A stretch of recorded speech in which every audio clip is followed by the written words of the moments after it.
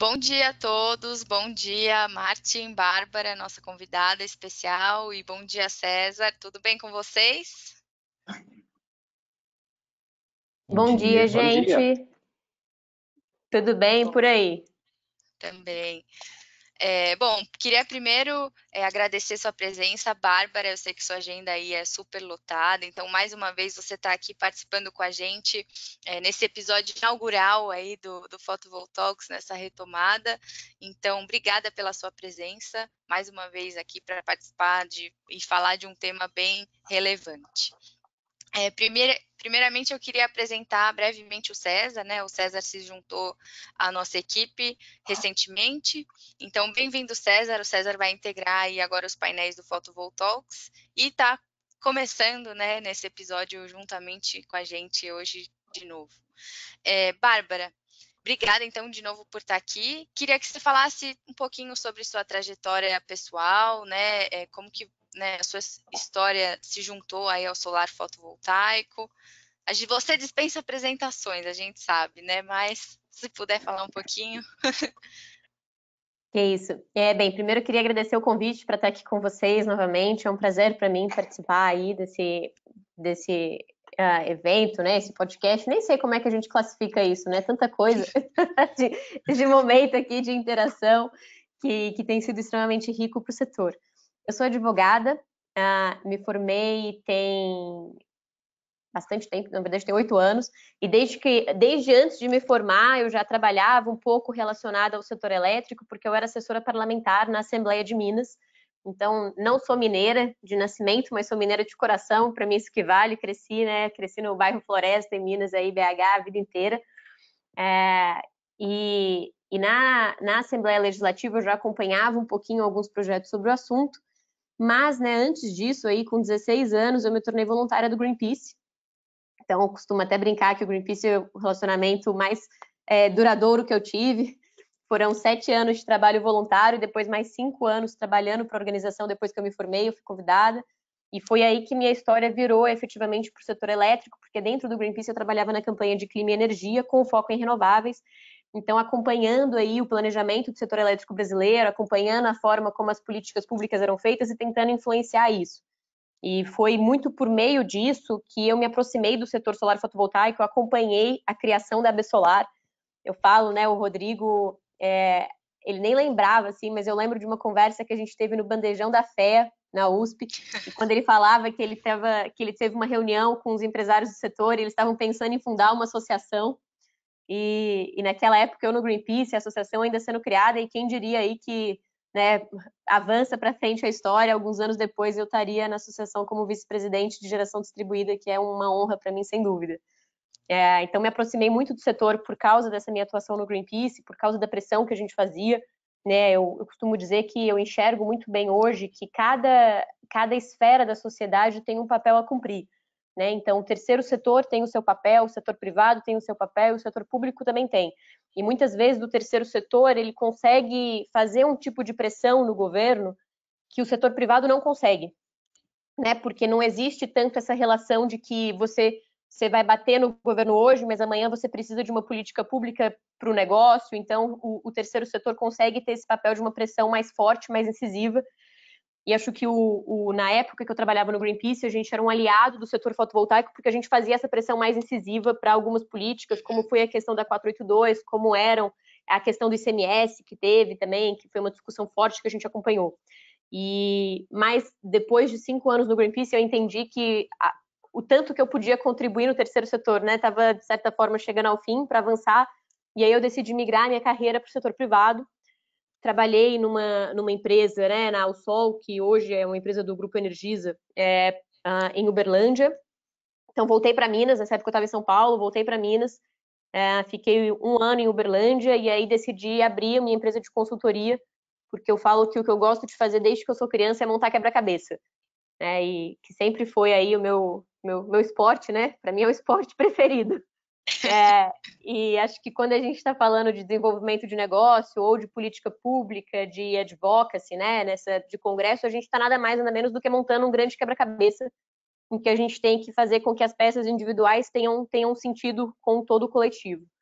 Então, abri a empresa de consultoria, a gente está aí já com mais de 2 anos, né, um pouco mais de 2 anos de existência, graças a Deus estamos bem, indo bem aí no setor, a gente tem a confiança do pessoal, e estou à frente da Bessolar também, ajudando aí a tratar essa questão das relações institucionais da associação, então continuando também representando o setor que eu aprendi a amar tanto ao longo desses últimos anos. Com certeza.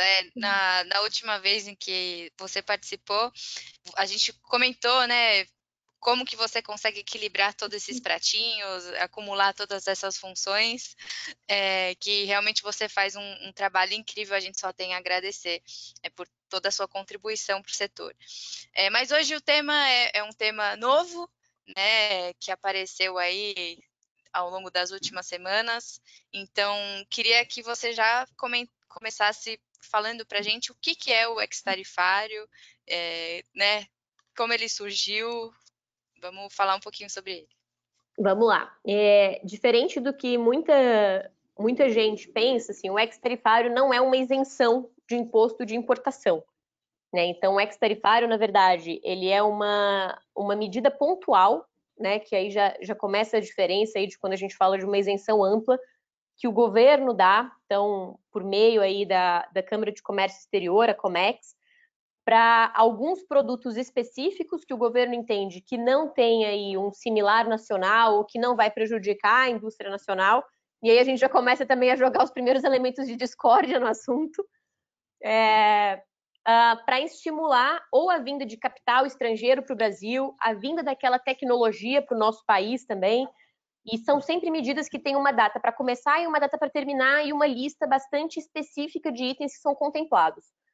Então, essa é a política do ex-tarifário. Ela é diferente também do que muita gente pensa, assim, em geral, ela não é uma solicitação, ela não é uma demanda ampla, né, de um setor, de uma associação, ela costuma ser mobilização das empresas que, de fato, produzem aquele bem específico e querem ver o bem contemplado. O ex-tarifário, ele pode levar a alíquota do imposto de importação a zero, mas não necessariamente a regra. Pode ser que a alíquota só seja reduzida. Então, a gente teve aí nas últimas semanas a vinda de um ex-tarifário novo para solar fotovoltaica, que foi por meio das resoluções 69 e 70 da CAMEX, e essas resoluções contemplaram aí um rol de mais de 100 itens relacionados ao setor fotovoltaico. Alguns mais relacionados ao dia a dia, né, da empresa, do consumidor, como alguns módulos fotovoltaicos, alguns inversores, e outros menos relacionados, digamos assim, né, menos diretos quando a gente pensa no equipamento fotovoltaico, como é a questão das bombas fotovoltaicas, do tracker, que é a estrutura metálica que segue o sol, aí o girassol que o pessoal chama. Então, e esse ex-tarifário que foi concedido, efetivamente levou a alíquota zero. Então, a alíquota saiu, né, de 12% do módulo para zero e de 14%, por exemplo, para inversor para zero. Ele tem uma validade determinada, como determina que seja o ex-tarifário, então ele começou a valer a partir do dia 1º de agosto de 2020 e ele termina a vigência dele no dia 31 de dezembro de 2021. Então, isso significa, né, que neste período, os produtos que vierem ao país e que ingressarem no país vão ter a sua alíquota de imposto de importação zerado, desde que eles estejam contemplados dentro aí do rol que foi publicado pela CAMEX. E a gente sabe, né, teve acesso aos documentos, que esses equipamentos que foram contemplados nessa lista, eles por vezes são muito específicos, né, e acho que é aí que cabe aí um pouquinho a discussão justamente dessa polêmica que você citou, se é comparável ou não a um produto brasileiro, então, né, como lidar com isso? Bem, eu acho que se a gente pensar no sentido de que alguns itens que foram contemplados, por exemplo, são módulos fotovoltaicos, a gente consegue dizer, poxa, a gente já tem módulos fotovoltaicos que são de produção nacional. Então, a vinda do ex-tarifário para alguns módulos fotovoltaicos que são importados, e isso é importante deixar claro também para o ouvinte, não são todos os módulos fotovoltaicos, e isso tem gerado, eu acho que, para mim, o ponto mais desafiador da vinda desse ex foi a forma como ele foi comunicado. Né, porque as manchetes, grande parte das manchetes trazia assim, governo isenta de imposto de importação produtos fotovoltaicos ou módulos fotovoltaicos. E aí o consumidor leigo, ou mesmo o empreendedor que não olhou a medida tão a fundo, acha que todos os produtos, todos os módulos vão ser, né, tiveram aí sua alíquota reduzida a zero. E não foi isso que aconteceu. Então, se a gente pensar do ponto de vista amplo, assim, de guarda-chuva de módulo fotovoltaico, de fato, a gente tem módulo fotovoltaico que é produzido no Brasil. Então, a medida poderia, sim, representar um desafio adicional para a indústria fotovoltaica brasileira, que já tem passado por tantos desafios, como, por exemplo, né, o fato de que até este momento, em 2020, a gente não teve nenhum leilão de energia acontecendo ainda. E a vinda de leilões recorrentes, né, e constantes e previsíveis é um elemento essencial para a gente alimentar uma indústria brasileira, de qualquer segmento que seja, quando a gente fala de setor elétrico, que foi, por exemplo, a grande briga aí que o setor eólico teve também quando estava constituindo, trazendo uma cadeia produtiva para o país. Então, nesse sentido, sim. O que o lado de lá argumenta, né, das empresas que solicitaram esse X e conseguiram, é que os produtos específicos para os quais o X foi solicitado não têm equivalente nacional. Né? Então, tem aí uma quantidade de watts específica, alguns módulos bifaciais. Então, assim, com características que hoje, de fato, não estão disponíveis no mercado brasileiro. Então, acho que a polêmica, ela gira um pouco em torno desses dois elementos. Martin, você tem algum comentário? Uma pergunta para a Bárbara? Eu tô vendo ele concordar ou discordar de algumas coisas. Então, comentários ele deve ter. Não dá para desconcordar, né? Então, isso, acho que é importante, você já falou, que não é a salvação, que agora tudo vai ser mais barato. Né? Essa é a grande rumo do mercado, que agora toda energia solar vai ficar até 15% mais, ou 14% mais barato. Né? Então, são produtos especiais, né? E também eu vi um pouquinho, até a característica de preço era uma característica para o ex-tarifário. E aí, essa é a minha questão. Para mim, eu sou economista, né? Mas eu acho que não é uma característica técnica. Né? Então, como entrou o preço dentro do ex-tarifário como uma requerimento? Isso não, para mim, é uma surpresa, de verdade. Esse é um ponto interessante, assim, né? Porque o que também muita gente tem colocado é que o ex-tarifário determinou aí, de fato, uma margem, né, um patamar aí de CIF, né, que é o Cost, Insurance and Freight, que é quando, né, o custo, seguro e frete são por conta, efetivamente, do vendedor.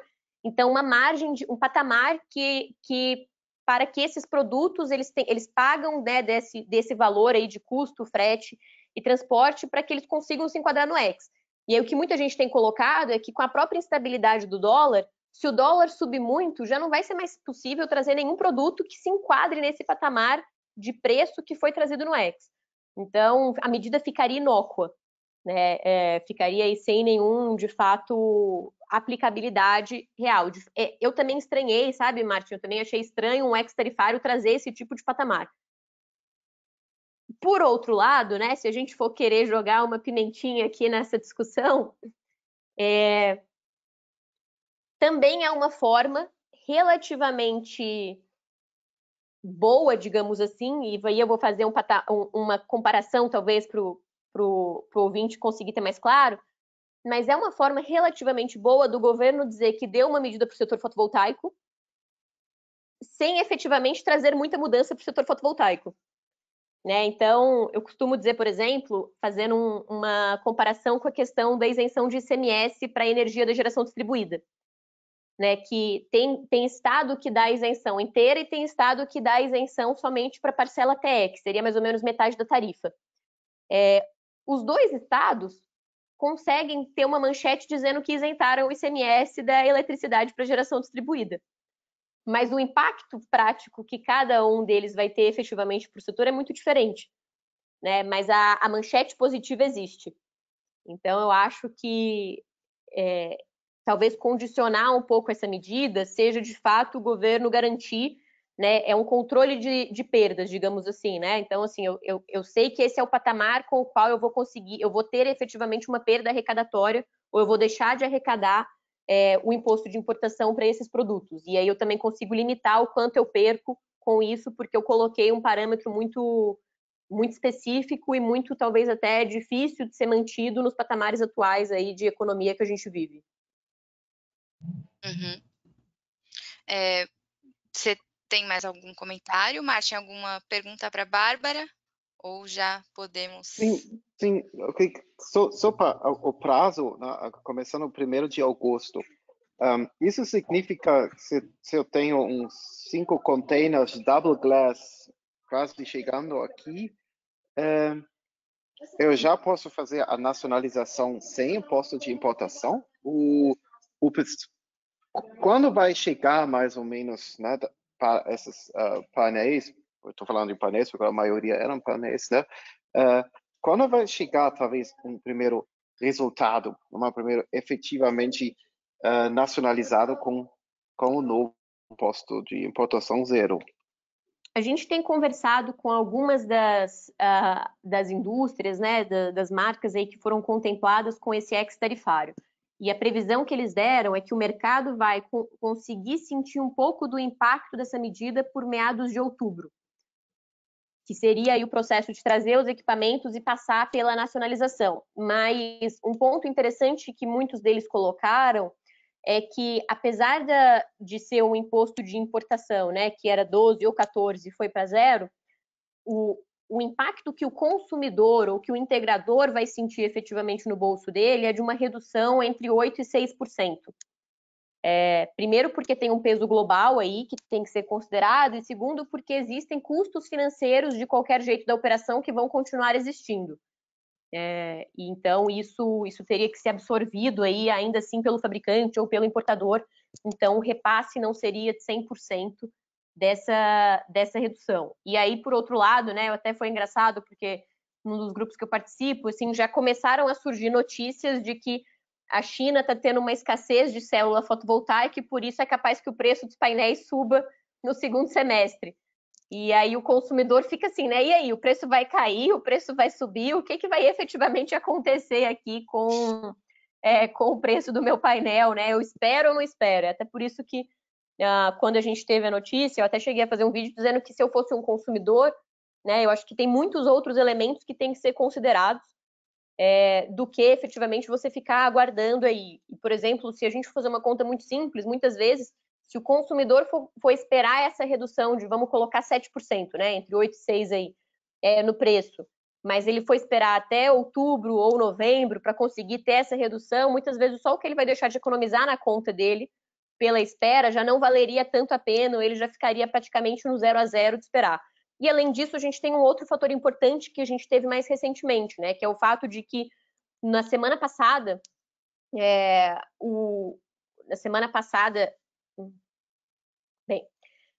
na última semana de julho, o Efraim, diretor da ANEEL, relator da 482, ele participou de um evento e ele disse que a revisão da 482 vai voltar para a agenda administrativa da ANEEL, né, no primeiro semestre de 2021. Então, basicamente, a sinalização que ele estava dando é: a agência vai esperar o Congresso até o final desse ano. Se o Congresso não conseguir ter uma lei, né, a ANEEL aí vai, de fato, tomar a sua decisão e seguir o processo de revisão. Então, acho que esses elementos, né, esse senso de urgência também tem que começar a voltar para o consumidor que tem pensado aí, de fato, em gerar a própria energia. Uhum. Eu acho que você começou a tocar um pouquinho sobre isso, mas queria que você desse, mesmo continuasse dando esse panorama para o consumidor. A gente, né, grande parte dos nossos telespectadores aí são integradores, né, são empresas, então o que de fato vai impactar na vida deles, se eles têm que procurar os fabricantes que eles estão acostumados a trabalhar para entender melhor o que está acontecendo, qual a sua orientação para os integradores nesse momento? A primeira orientação é que o integrador precisa fazer um dever de casa e conferir se os equipamentos com os quais ele costuma trabalhar estão ou não na lista de equipamentos que foram beneficiados com o ex-tarifário. Se estiverem, aí eu acho que vale sim ter uma conversa honesta aí com o fabricante ou com o distribuidor que o atende, para entender de fato qual é a perspectiva daquele fabricante ou daquele distribuidor de começar a trazer os produtos já contemplados pelo ex para o país, para ele poder se programar também com relação às vendas. Se não estiverem, eu acho que assim, não vai ter muito o que ser feito. Acho que tem um ponto importante, é que na nossa análise, pelo menos, o impacto maior vai ser para a usina centralizada, mais do que efetivamente para a usina de telhado, pelas características aí dos equipamentos que receberam esse ex-tarifário. E tem um outro ponto que eu acho que também tem que ser pesado, né, e sobretudo para a indústria nacional, que tem criticado bastante a medida, é que quando a gente fala de um consumidor de geração distribuída, por exemplo, esse consumidor, se ele precisar de financiamento, por exemplo, se ele for um consumidor rural, ele vai continuar preso, entre aspas, né, ele vai continuar aí nas regras do Finame. Então, ele vai ter aí que ter o índice de nacionalização se ele quiser pegar financiamentos por bancos públicos. Então, essas opções de financiamento que hoje, por exemplo, costumam ser as mais vantajosas, as que vêm de bancos públicos, bancos de desenvolvimento, elas, de certa forma, resguardam o mercado do produto nacional. Certo. Bom, Martin, se você não tiver mais nenhum comentário, nem César, acho que a gente já pode partir para a rodada final. Não, pode. Acho que a imagem é importante de deixar, né, ficou claro que não é momento para parar, né, que a gente não sabe o impacto final, né, só essa uma loucura, né, com os painéis e os celulares, os preços da semana passada eram, não sei o que falar, mas é bem difícil de planejar no momento, e como vai baratear, outro vai mais caro. Eu acho importante para entender que nosso arroz, feijão, na maioria, né, que é um distribuidor, nossos integradores, não vai ser tanto impactado como a ex-tarifário, né? Então, não é o momento para falar agora, vou esperar até outubro e ver tudo vai ser mais barato. Pode ser até o contrário, né? Se eu tenho um painel arroz feijão que cai exatamente no problema dessa falta de células fotovoltaicas, aí pode ser até mais caro, né? Então a gente tem, né, de pensar bem e continuar. Sempre estou falando, hoje temos um nível de payback bem pouco, que pelo cliente final, falamos de diferenças de payback de 3, 4 meses estatisticamente, né? Então, não é um sinal para parar, um sinal bom, né? Vão entrar novidades, talvez um painel que você deixou por lado por causa bem especial, fica agora mais interessante um dia, que talvez ajuda, né? Mas no ponto, o foco é que nosso negócio, do dia a dia, por enquanto, não tem a parar, não tem sentido de esperar, né? Minha Bárbara, opinião. uma dúvida que me ocorreu agora, eu acho que a resposta é não, mas enfim, tem algum jeito de serem adicionados mais equipamentos ou retirados equipamentos dessa lista? Tem sim. Acho que como eu tinha comentado um pouco antes, o ex-tarifário ele é um processo que, em geral, decorre da demanda de empresas que fazem aí o seu trabalho de convencimento junto ao Ministério da Economia, junto à Câmara de Comércio Exterior. Então, da mesma forma como essas empresas que foram contempladas hoje se beneficiaram com esse ex-tarifário, outras empresas interessadas também podem fazer o mesmo trabalho para conseguir ter os seus itens contemplados. O que é importante que se diga é que não é um trabalho que acontece da noite para o dia.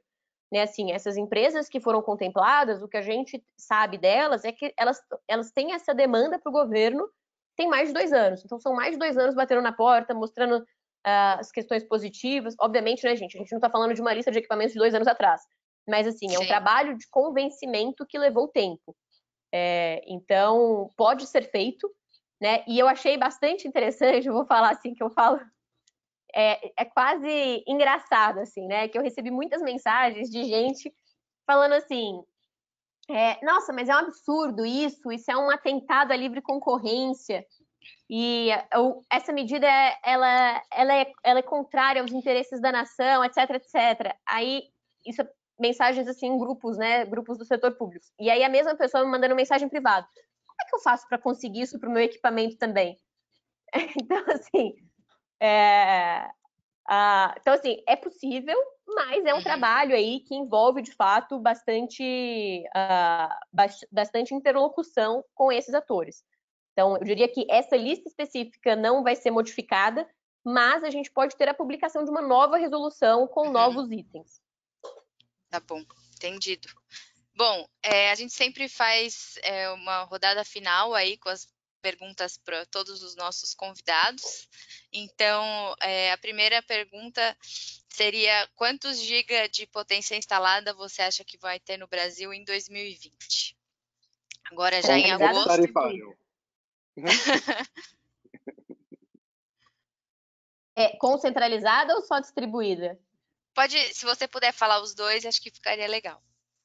Tá bom. 8 GB e meio. 8 GB e meio. E só GD? Só GD5. Só GD5. Legal. Se você pudesse escrever uma lei ou uma resolução normativa para o setor, o que você escreveria?